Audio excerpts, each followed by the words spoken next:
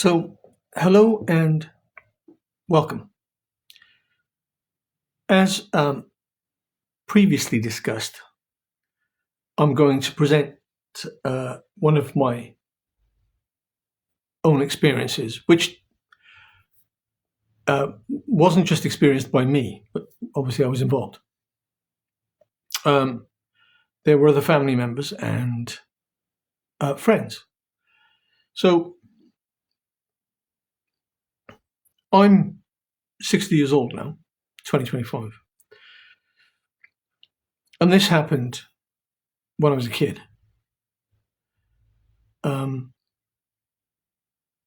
think maybe 10 years old, something like that, 12, something like that, 10 or 12 years old, I would imagine. And the house that you're looking at there is the house where I grew up. It didn't look quite like that. It didn't have double glazed windows and a nice double glazed porch. No, it was a bit rougher than that.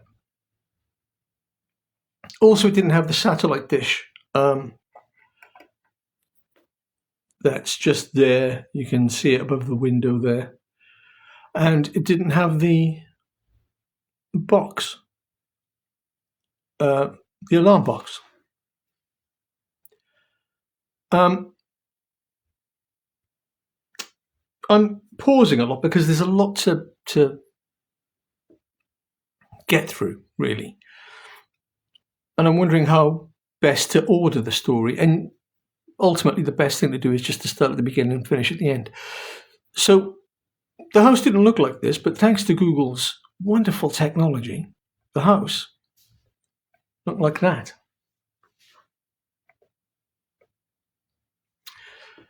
Now, it was a warm evening.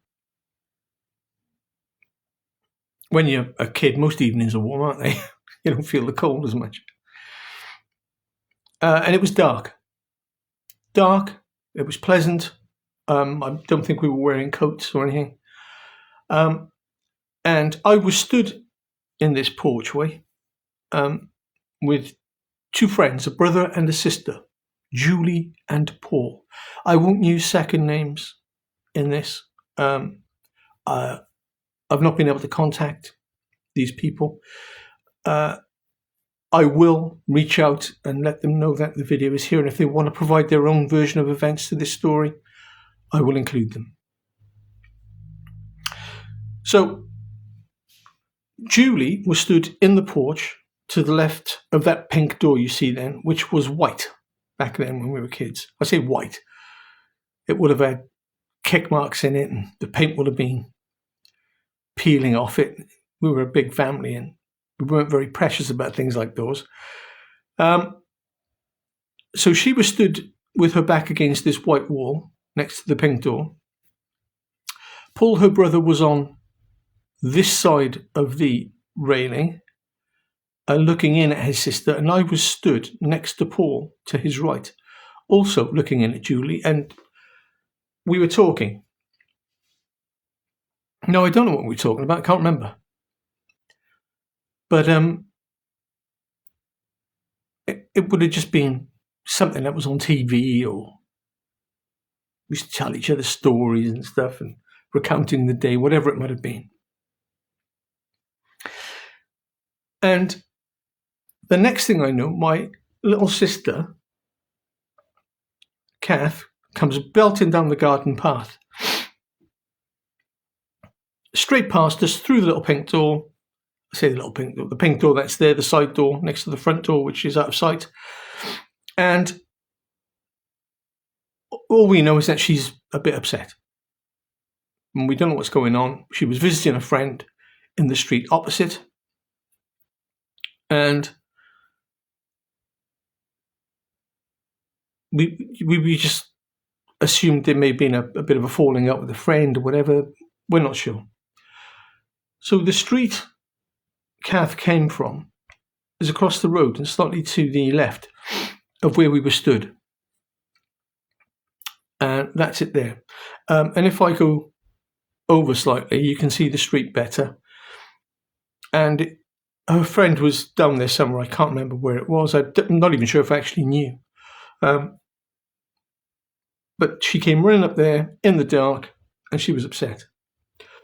So we are still stood here, and we're doubtless talking about Kath being upset at this point.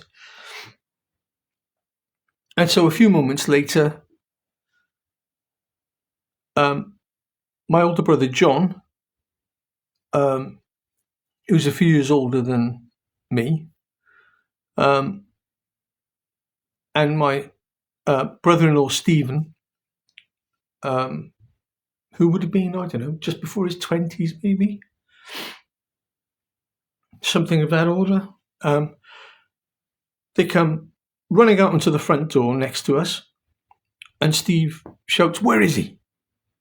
Where is he?" Now, to give you some context about Steve, he was a Cardiff City football fan.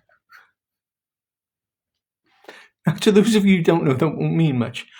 But suffice it to say, he was not afraid of a physical confrontation. Look up Cardiff City football fans from the 70s. The Grange End, I think it was called. And you'll see what I mean.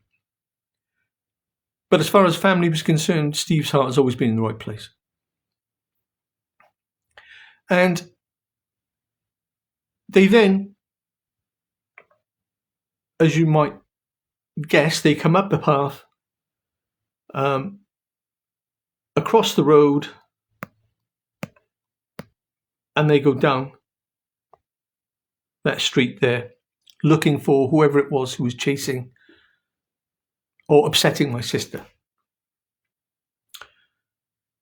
When they get back to us, after finding nothing, we asked what had happened. And if I remember correctly, we were told that somebody had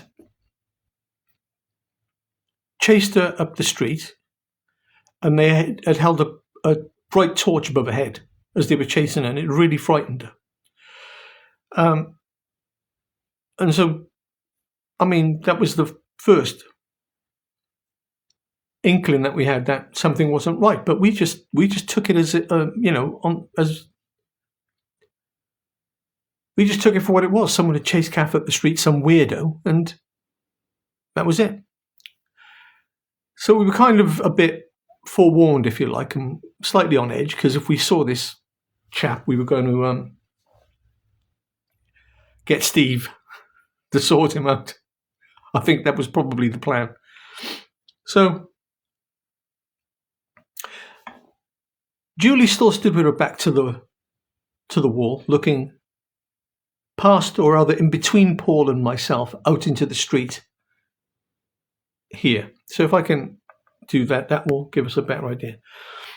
So she's looking out into the street just generally. That's where her eyes will be going naturally as she's speaking to myself and Paul, who were in front of her. As I say, Paul stood by the railings and me next to Paul, and we're both looking at her. And as we're chatting, her expression drops. Deadpan. And she just very calmly says, "Look at that." So, being cynical children, myself and Paul look at each other and start laughing because we think Julie is trying to prank us with a made you look prank. And so we said, "Oh, we're not falling for that." Her expression doesn't change at all. She just says, very calmly again, "Look at that." And it was something about the way she said it, and me and Paul just looked at each other. And we just turned around. And what we see across the street, above the house with the arch extension there, front door and the drive, I'll bring it into view a bit better. That house there was above the roofline. There was a floating ball of light. Big floating ball of light. The size of a largish paddling pool where you could get like 4 kids in it or something, maybe something like that, of that order. At the center of the light, it was white, as far as I can remember. In my mind's eye, this is what I see when I think of it. And it got darker towards the end, and it was a lilac color. And I could see somehow it was textured, and I could see that it was turning very slowly. Or at least that's my memory. So we're all, at this point, just looking, open-mouthed, most probably. And I remember looking at Paul, and Paul is just like Julie, just expressionless, mouth open. And I look back at the thing, and it's just there. And I remember walking halfway up the path and looking up and down the street. Now, as I remember, there were people, just like you see here. The estate was a busy estate. There were people around all the time. Not like packed, but there would be people milling around doing things and hanging out. And there were people, but it only seemed to be us 3 looking at this thing. Now, do I know it was only us 3? No, of course not. Other people may have seen it, but I don't know that other people saw it. So, after watching it for some time, not entirely sure how long, it starts to move. And it moves from the house here, the roof line, and it's just slightly to the right of where you see the roof tiles change colour. It starts to move from that position to the left. It then very gently and slowly crosses the street